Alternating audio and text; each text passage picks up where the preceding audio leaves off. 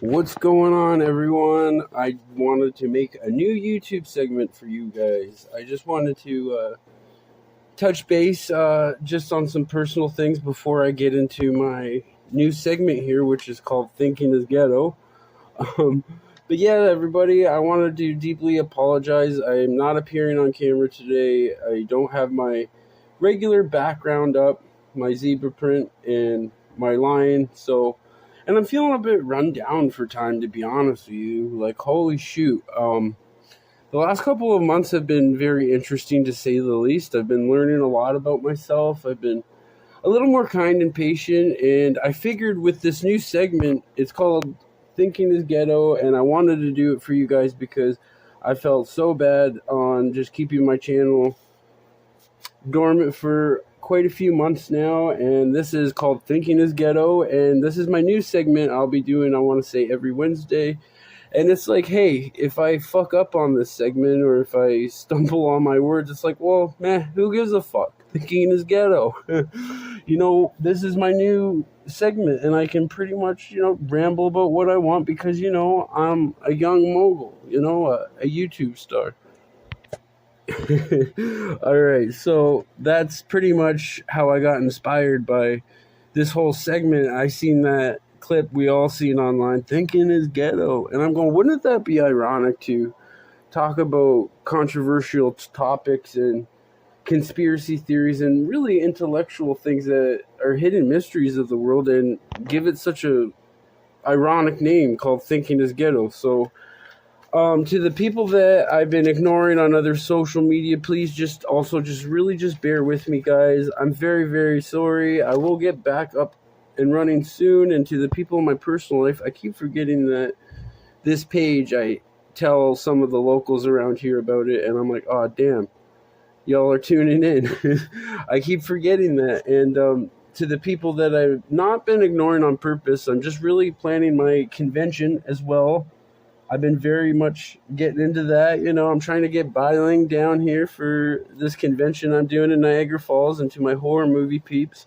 I just wanted to quickly mention that to you guys, that I'm trying to find a happy medium for a date and an event for my movie convention, because I feel like there's a lot of events in Niagara. So I want you guys to be able to have enough time to plan to go to it. So anyways, that's just a little bit of a personal update. I've been very busy in my personal life. Some very interesting things have been going on, and met some new people, and I wanted to say to those new people, give me a hot minute to get back to you guys. But anyways, Playboy people and horror movie people, if I fuck up, who gives a fuck? Thinking is Ghetto. And I feel like this segment, I can be a little more myself and showcase my personality and just really talk about subjects that I like to think are my interests, or not think, but they are my interest, and I want to kind of put out these hidden knowledges in the world that not many people are really talking about. That's pretty much what my channel is all about, is talking about things that no one else talks about. And today we're talking about RFID chips. Let me tell you something. This is pretty crazy. I went on ChatGPT one night, and I basically asked ChatGPT, and let me tell you something, that damn robot has an attitude. Like, no joke. I'm going, damn, ChatGPT, calm down. Like, shoot.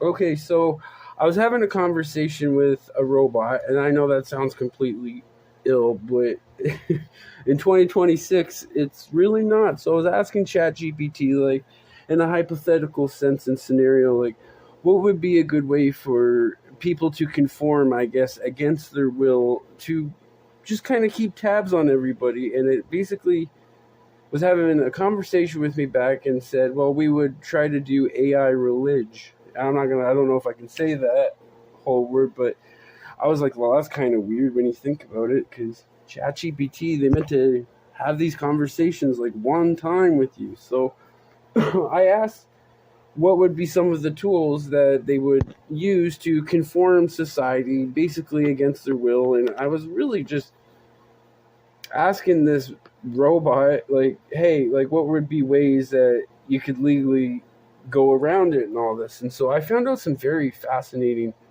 subjects about RFID chips and inhuman insertions with a needle. And it's very insane when I stumbled upon some of this information that in Sweden here, they do have RFID chips, which are in the hand, and you can pay for things with your debit. And it's kind of crazy to think that some people in Sweden that, like they're on a train going, hey, how would you like to pay, with your hand or your actual debit card, which is kind of fucked up. But yes, Sweden has about 6,000 people that are chipped already. And this is just a personal opinion of mine, this whole thing, but the whole RFID chips in humans, the founder of Dangerous Things is a man by the name of Amal Grastra, who is not in the Sweden area, but he, as well, the founder of Dangerous Things. If you go to dangerousthings.com, it is kind of chilling and terrifying, and it even gives, I think, in the disclaimer of when you buy these, if you want to willingly do them at home. So if anything goes wrong, I would imagine, in my opinion, legally, they even tell you in the description that this is made out of dangerous things.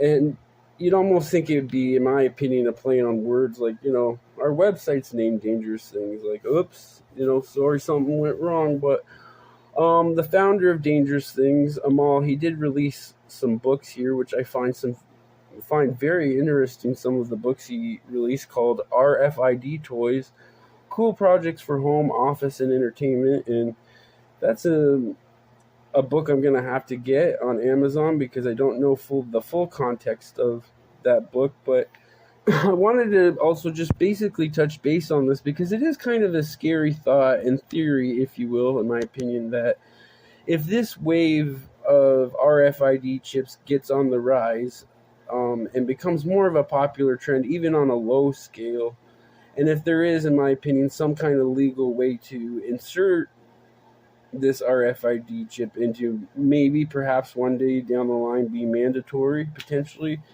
then that's a very scary thought, because in the United States here, 13 states have passed the banning of mandatory human chips, microchips, like such as RFID, in Arkansas, California, Missouri, Montana, Nevada, New Hampshire, and that's just a couple other ones. But you got to remember, that's only 13 states that it's banned. In North Dakota, Oklahoma, Utah, Wisconsin, Indiana, Alabama, and most recently Mississippi, they are banning the human chips for insertion, which I find really crazy, that how this all began with the RFID chips was a 3 Square Market company, which is a vending machines in the States, which I find odd, because they were kind of like the first low-scale company to basically ask their employees, I think, don't quote me, but I think they were trying to make it mandatory for their workers to have this RFID chip inserted in their human body, in their hand now. On a side note, RFID chips, if you are familiar with them, they are used quite a bit in everything. Your passports, all sorts of stuff. They're in our phones, and ironically, they don't really need internet connection to really keep track of what's going on. And I read this thing on RFID chips. It's for Wi-Fi. But Wi-Fi is not required in some of these circumstances using RFID chips. So it basically goes off radio frequencies, which we do have to admit there is a lot of. And I just want to say, on a side note, I always say side note, but anytime you talk about a conspiracy theory or just a what if, you're always kind of taking this chance of people calling you mentally insane or a pariah, or just you're fucked up and crazy. But really, this Sweden scenario is what really brought it to my attention. The guy in Sweden that has been really pushing forth over this Johan Osterlund in Sweden. I looked up some of his YouTube videos, and they're, like, to me, in my opinion, they're kind of sketch, like really sketch. Like, he's sitting there giving an explanation and rundown education crash course to a room full of people, trying to educate them on the uses of RFID chips in human bodies, and he just sounds a little sketchy to me, where he's just kind of comparing the chip not to a god, but he's basically saying it'll be like your big sister. It'll always be there for you, and anytime you're kind of down or need an answer, your RFID chip will have it. And it's kind of sounds kind of culty, but that's just my opinion. I'm entitled to my opinion, eh? So yeah, the Johan Osterlund holds a microchip implant in Stockholm in 2017. He's a developer and designer, and he uses all sorts of stuff like RFID chips in humans. And I was looking up some of his YouTube videos where he was kind of educating people in a room, and just a small group, really probably curious about what he's talking about. And it what also blows my mind that something so technical, such technicality here. Such technicality here that it's such a big deal to me when I hear stuff like this. And I looked at some of his YouTube videos, and it's like the one where he's explaining it's like got over 40 hits, only 40 hits, and it's probably been up for over 5 years or so. And that's what's really mind blowing to me, is that it's like, well, how is this not really being talked about? So anyways, the 3 square market, I just thought that was weird, like vending machine companies basically saying, hey, would you guys like to do chips? And there's also another website, which in my opinion, I'm not saying they're sketch or being deceitful by any means, but I just kind of raised my eyebrow at them. The Zebra RFID software, which is kind of scary because they're trying to do this on a mass scale for products. And I was looking up on a side note, as always, Walmart, I do believe in the United States, is one of the bigger shareholders that own a lot of RFID chips, like a mass amount. So that's just something to consider. And that's just an opinion. I'm not saying Walmart has any ill intent with their RFID chips, but there is quite a few Walmarts around. So yeah, and I stumbled upon this article while I was researching RFID chips, and in 2006, a man named William Koreski made medical history when he became the first emergency patient to be identified from an RFID chip. So, and he's also a police officer, which I find weird, and he also, I think about a year or two later after this whole scenario, when it became public, for William Koreski in May 2006. I want to say maybe a year or two later after this cop got inserted with this, he got in a motorcycle crash and survived it. So I just think that's sketch. Just in my own opinion, I just thought that was very ironic. It just feels different to me. And so before I really get into something else, I just wanted to read this article from RFIDjournal.com, and it says researchers develop microscopic RFID chip, and they want to put them in human cells. So researchers at Stanford University are now several phases into a development project to create a passive 60 GHZ RFID transporter that is small enough to be inserted into a human's body cell. Thus far, the group has been able to scale the chip and antenna to about 22 microns, which is 0.0009 inch wide, 1/5 the diameter of an average human hair, which is small enough that it could be inserted inside a cell and thus far be read throughout a person's body. The chip, in fact, has been inserted into a mouse myeloma cell. RFID could also be placed with a mass of cells such as a tumor. So I'm assuming in the brain. They were mentioning quite a bit on RFIDjournal.com, and just basically saying that they're coming up with smaller RFID chips that are like microscopic thin, like a thin hair strand to be quite exact. And I'm just like thinking, wow, that is so fascinating to me that such a controversial topic is not very much talked about. And if you want to just Google for fun, all sorts of stuff with RFID chip and the largest owners of it. I really want to say more on some of the other stuff I found out, but I'm going, should I?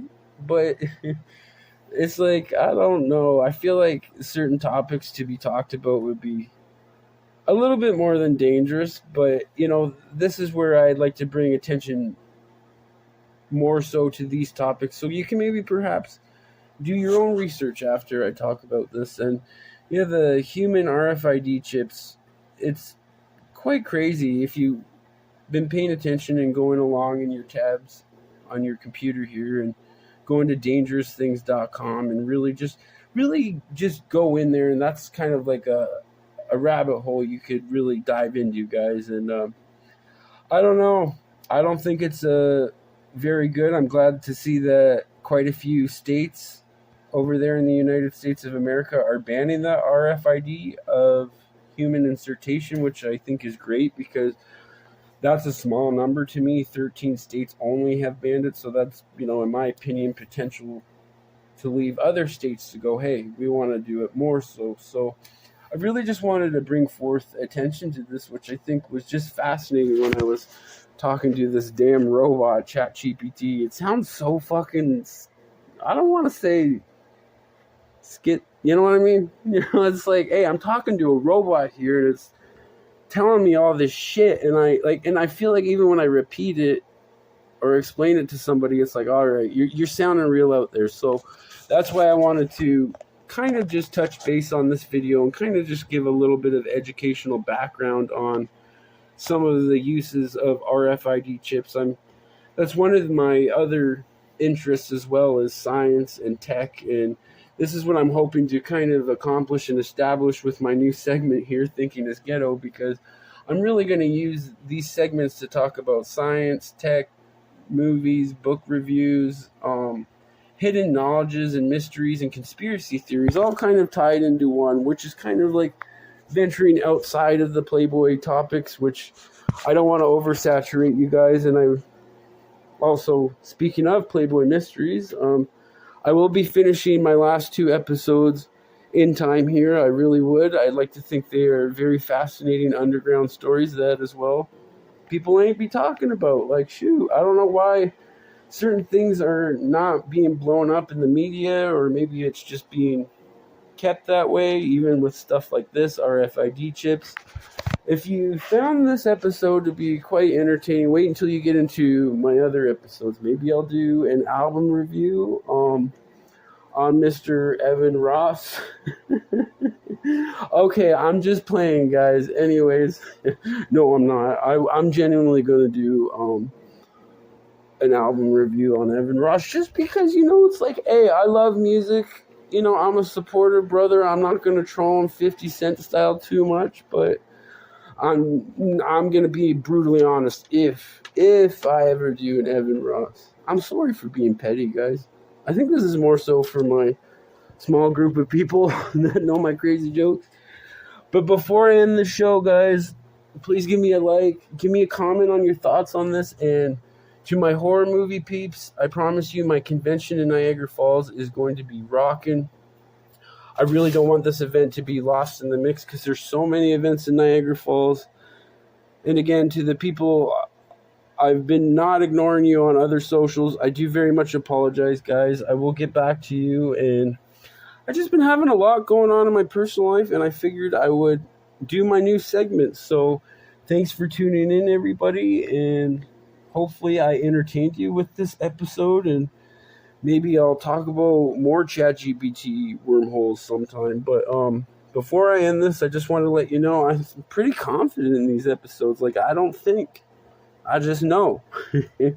Oh, man, that clip gets me every time. All right, guys, thanks for tuning in. I hope this episode finds you well during these chaotic times that we be having, and I'm going to start letting loose on some of these Thinking is Ghetto segments and really just kind of show my interests and personality, because I feel like I'm always like sticking to a script like Playboy or book reviews.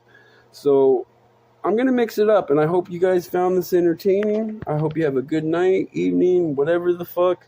Tune back in next Wednesday. I got some great rabbit holes for you guys, 100%. So thanks for tuning in, and I hope I entertained you. I'm hoping my like rambling isn't like too chaotic and hard to follow, because I tend to go off on a million things. But thank you to the small group of people for tuning in. See you next Wednesday.